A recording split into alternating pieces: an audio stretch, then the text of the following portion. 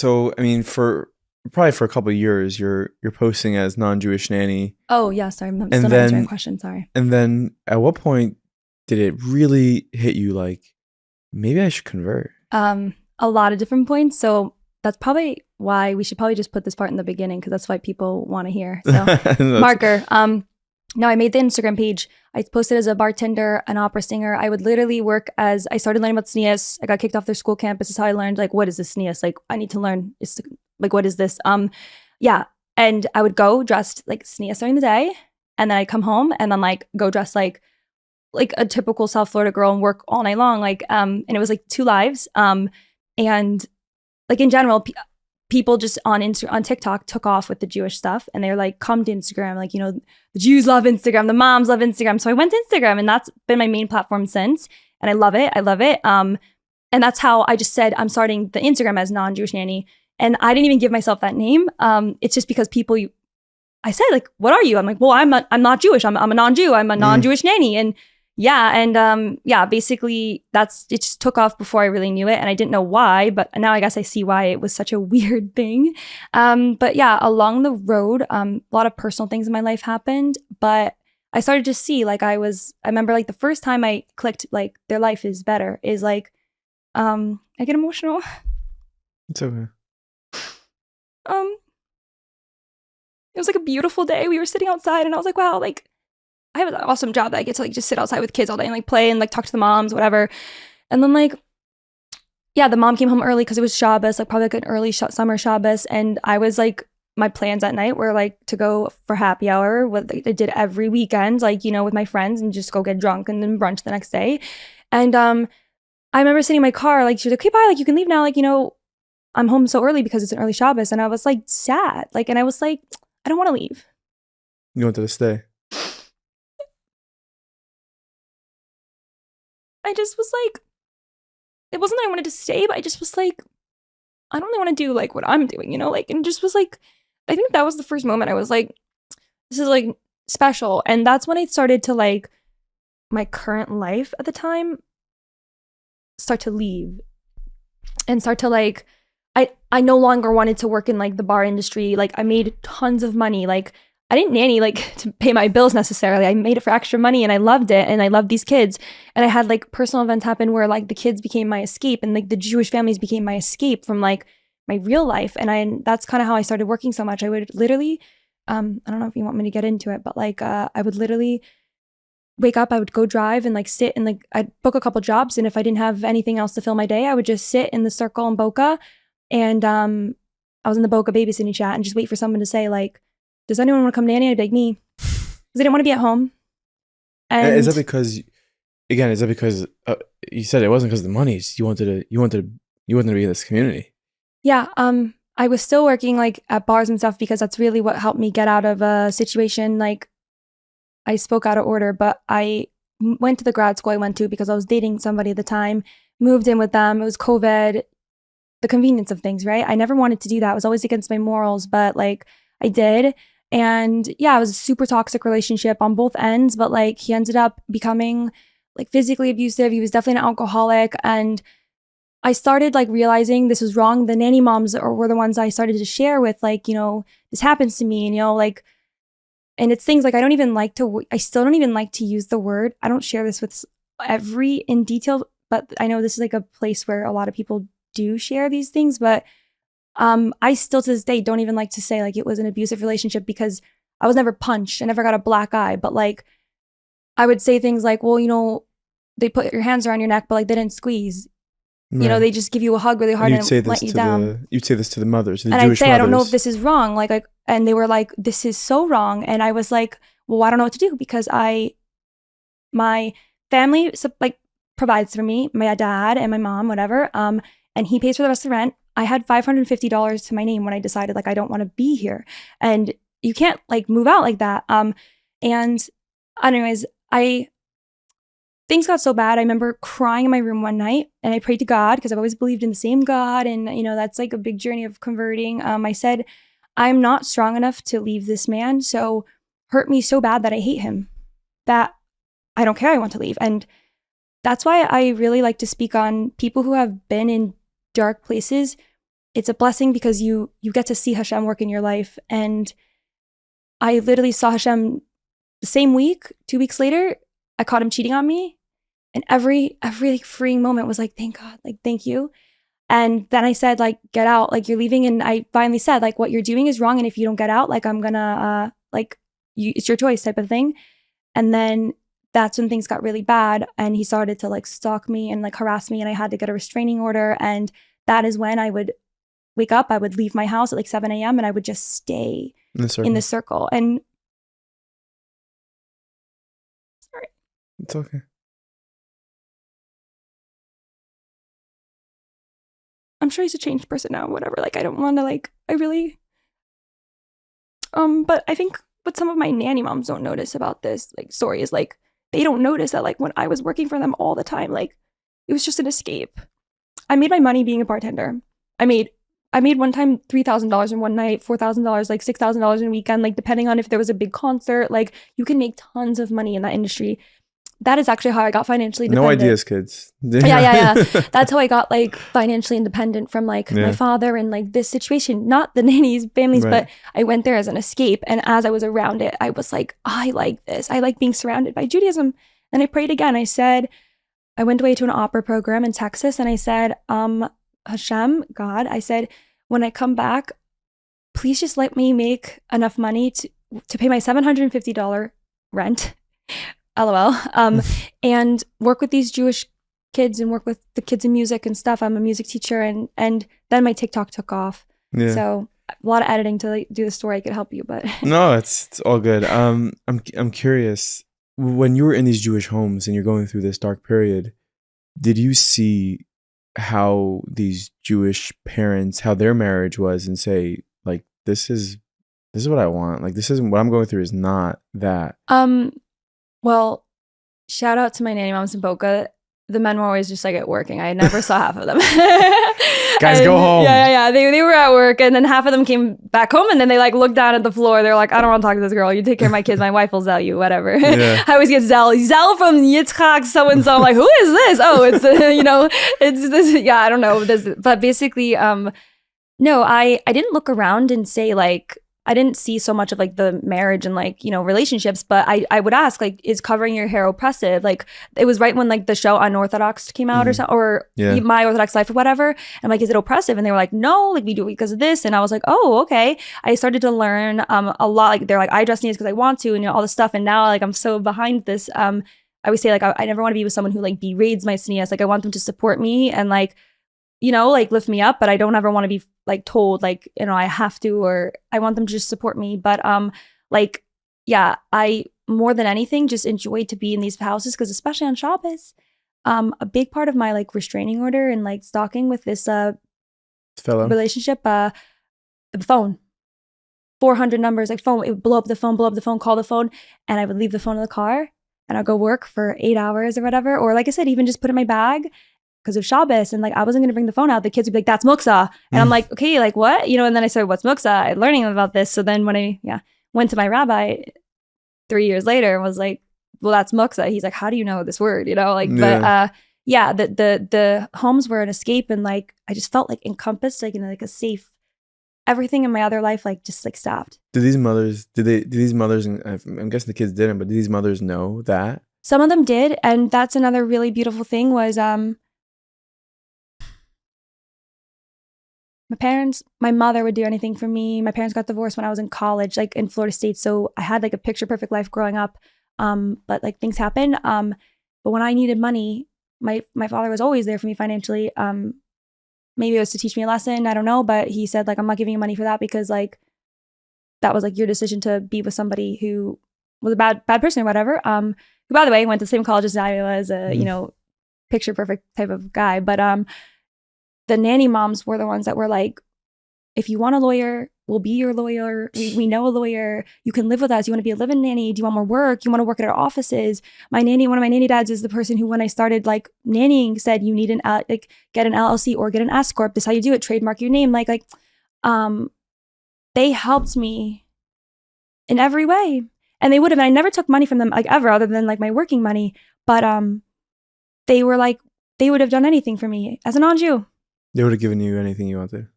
one of them said like, oh, I can ask my husband, like, like about like if you want us to pay for it and you could just pay us back. I'm like, no, like I actually don't need it because like I said, I got another job as a bartender, made tons of money, like, but it was that to see, like, that's what I wanted to show the world about the Jewish community. It must have shocked you also. Like, it's not in society, it's not a thing where someone will be so generous and just want to give you so much. I didn't realize that until I didn't realize this. It obviously changed a lot after October 7th, but with anti-Semitism, my nanny moms would say things like, people hate us. I'm like, what? No. And sometimes like I like to be that voice that says, no, there are people. Like, I'll just come out right now. Everyone's harassing me. They used to say, what does your family think about you loving Jews so much and doing this page? And now, what does your family think about the conversion? And obviously, there's a bunch of layers to that conversation. But like, my family loves me, and even growing up, how I grew up Christian, like, I was taught to love and to support the Jewish people, and like, it's not wrong or right. It's like they would come home with the Parsha stories. I'm like, yeah, I know about like this story, Noah's Ark. I just like to share it too. Like, there are good people too, and you're not alone. And I think October 7th has showed that. It's also showed the bad, but I didn't know anti-Semitism like existed until, and that's why I was just so proud to be like, how could anyone hate these people? How could anyone hate my little nanny kids? Yeah. Well, they're pretty sick people out there in the world. Yeah. Like, I don't know if you call them people even. Yeah. And that's just the way it is. That's the way of the world. But, the way we get back at their behavior is by building Jewish families, by being Jewish, by you doing what you did and what you were doing for those kids even.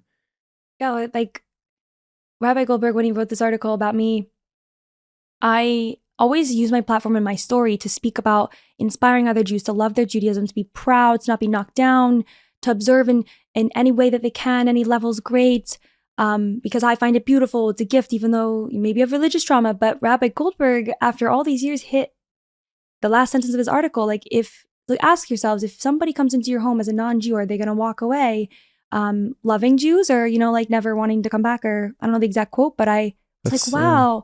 And I'm like, it's true. Like, that's why I always say, like, then my nanny kids gave me the light of Judaism, and like, it's our job too, like, also our job because I'm Jewish. Yeah. That's amazing. And it's so important because, like, yeah, you're going to have one day Jewish kids in a Jewish family. And yeah. But for people who are Jewish out there right now and in their homes, like, it's such a profound statement by Rabbi Goldberg. Like, if someone comes into your home, what are they walking out with? Are they walking out with the kids are given the beauty of Yiddishkeit, or is it like, yeah, you don't want this? Yeah, like I think some people maybe would have walked into the home, and that's why she said, we're Jewish, or, is this okay? She didn't want to explain the Shabbos laws to me because they would have been like, this is too much work. I have friends I would want them to take nanny jobs. They didn't want to dress sneas, and like, it's a lot. But do you want me to just get in also the conversion, because I feel bad? I haven't even let's do it. Yeah. Okay. So slowly but surely, I feel like the condensed version of these steps of not knowing anything about Judaism, learning, but like not thinking of converting, no way. But like, wow, this is so interesting, and loving it, and then just loving it more and more, and slowly going from loving both my worlds to then like this love just grew so much strong that there was no room for this world anymore.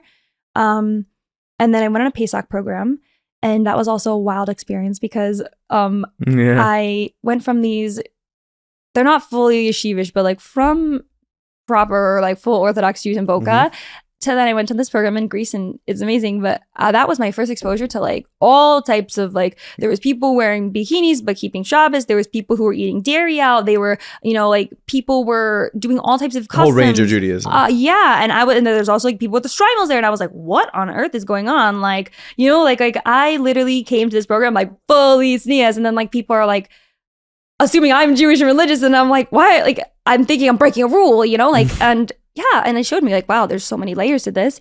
But overall, like, it hit me. I never felt closer to God like in my entire life. Than sitting in the Seder room with like hundreds of Seders, and just like you're sitting around a silver plate with like eggs and lettuce on it, but like it was so real and like impactful, and singing, and like I just inspire people to be so unapologetically Jewish, because like all the Jews in my life, they live their Judaism, like they live the Torah. All these holidays, it's like, we have Christmas or Easter, and, it's not to knock any of our other religions, I guess, but it's like how intense, and they live and breathe it, and it's so real. And it was like, I was like, okay, whoa, this is awkward. I got to talk to somebody, but no one can know, because I knew. We're going to get back to that in a sec. It's interesting. as someone who's from birth my whole life, whenever I was like in public, let's say you're by a ball game and there's a Mariv going on, it's like, okay, or you're in the airport. Recently I was in the airport and I had daven in the morning. It was a very early flight, and you put on tefillin in the airport. And I don't know who, maybe there are people like a guy like Shlomi Zions who could do it and not even think about people looking at him. But there's this feeling of like, people are looking at me. I don't know. I talk about that it's so funny you brought that up with Sneas too. Like, I always say, you guys, like, no one's noticing. Like I didn't know you were wearing a wig. So many, like, they think like, oh, they're going to know I'm Jewish. And obviously tefillin is like different. But like, because tefillin looks pretty odd. Yeah. But like, people are selfish. People don't care about anyone else except for themselves. They don't see it, yeah. With any insecurity you have, like, you think people are like when I wear skirts with the leggings in the airport, if they know Jews, maybe they know, but I think maybe like I had this video go very viral. Tons of non-Jews being like, what a cute look. Like, I think people don't think twice. And yeah, obviously tefillin or talis is different, but like, they probably don't even know what's going on. Like, and right. It's funny, we're insecure about things. Yeah, I worked in these homes for a long time, and it took me a long time to pick up, oh, there's 2 beds, there's wigs. What are these things on the doors? They all have them. Like I would see, like, I'd say, like, is this just a family thing? Like, I thought the 2 beds was because this room was massive and they were like a really like wealthy family. And I was like, they must want like a massive bed. And I started realizing, they all have 2 beds. This must be a Jewish thing. Yeah. And then I'd be like, why do they have 2 beds? You got your radar up. Jewish thing. Yeah, and you go to a 5-year-old and say, well, why do they have 2 beds? Yeah.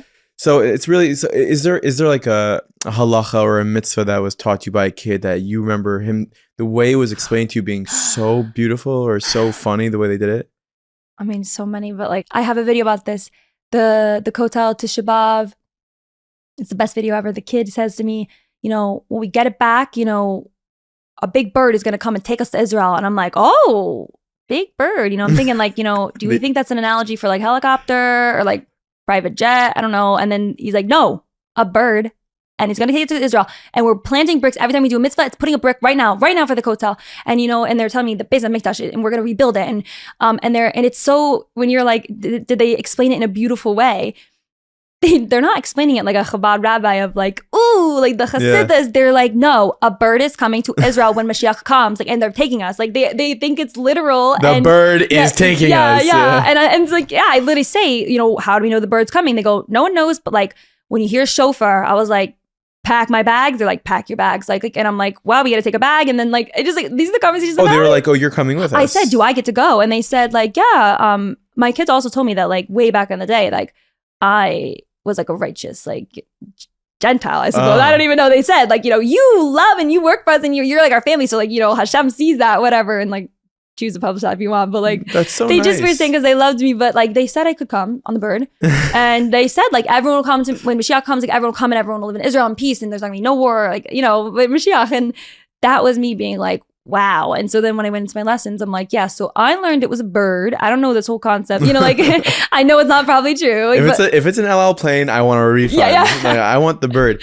I know I'm like really shocked because kids can be really interesting sometimes. They really will say anything that comes to their mind. Yeah. And I'm sure you've had that with these kids, but like what I'm hearing is the most amazing story ever. It's a story of kids who loved Yiddishkeit and they love Yiddishkeit and they were giving it to you like this is the best thing since sliced bread.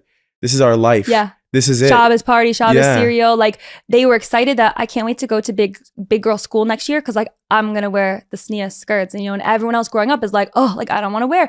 I really believe like the concept in my conversion when I was struggling so much. I was saying like I got to a point where I just said, Hashem, you need to whatever I need to do. Work I need to do with myself to make me a vessel for whatever this like next chapter is going to bring for me and like whatever I'm being given and putting out there in the world, like help me do it. And I think like these children are such a beautiful vessel of Judaism because they're so pure, they're not tainted, and they see things like it's real. Like it's not, wait a minute, what about this religion? Like adults. And then when the real world starts to infiltrate, I feel like they're the closest things we have to modern day angels, baby to now. Yeah. And it's so amazing. So like honestly, first of all, shout out to the people in South Florida who is mechanech these kids. Who, by the way, Whether it's everyone's the like, oh yeah, rebbeim. like Florida's not that religious. They wear short sleeves and flip flops. And I'm like, but you know, my family's, they're amazing. Yeah. You know, Like these rebbeim, these parents, like the school too. Yeah, exactly. Yeah, they should be so proud of themselves for I what think, yeah, for what they did, and that you're a byproduct of that. I know, and that's why like I talk about it, and I was so happy that Rabbi Goldberg wrote that article, and I said to my Beis Din multiple times, I literally was like, these kids are so special, and like, yeah, like when you walk into your house as a Jewish person, like, is the person who's not Jewish are they gonna go, whoa, this is a Jewish house? Like, you know, are they gonna? They like live, breathe. And I know Jew is perfect, but I actually think that they are the most perfect role models because they were very high level of religion, in my opinion, compared to what I've seen all spectrums. But yet they're like the least judgmental. Like I always say, like, why did you hire me? Like, right. On top of being not Jewish, not knowing anything, like I literally was like a South Florida like beach girl. Like I literally dressed so not sneeze. Like I had no clue. And it's like, yeah, like it's not the school was like, you are making the men uncomfortable. This is a religious campus. And I'm like, what? Like, and it just would have been easier and instead, like the nanny moms like went down there and was like, don't you like, you know, like, don't you like, you know, they're true like Jews. Yeah. Wow. That's so nice.